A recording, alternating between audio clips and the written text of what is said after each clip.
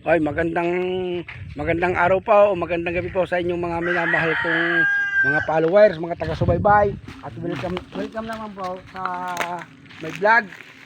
Batanggin yung Kuboy po. Ay, alangga po ninyo itong sampalok.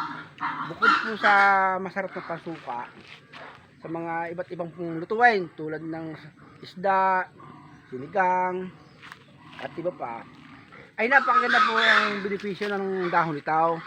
Alam nga po ninyo din sa mga kabukiran, sa mga probinsya, pag ang isa pong tao nanggaling sa sakit, halimbawa po, trangkasaw, ito po ay ginagamit nila na pampaligaw. Ang ginagawa po, kumukuha po sila ng ilang pirasong dahon, sumisipi po sila yan, ganyan po.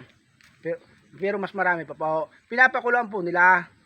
Pag po nakakulo na, sinasama po sa tubig na pampaligaw. At yung po ang pinapaligaw, nilalagyan po ng kaunting asin. Yung po ay kontra sa baynat. At talaga po, siyempre, ang sampalok po ay makulat. Ay di siyempre, ang paniniwala ho natin natin, ay kukulat din ikaw. Ibig sabihin, magiging matibay sa sakit. Yung hindi agad-agad dadapo ng sakit. Ng pangkarniwan. Alam naman po ninyo, ang trangkaso, lagnat, ay napakadaling dumapaw. Ay sige po, mag-iingat po ulit kayo. Bye-bye po. See you later.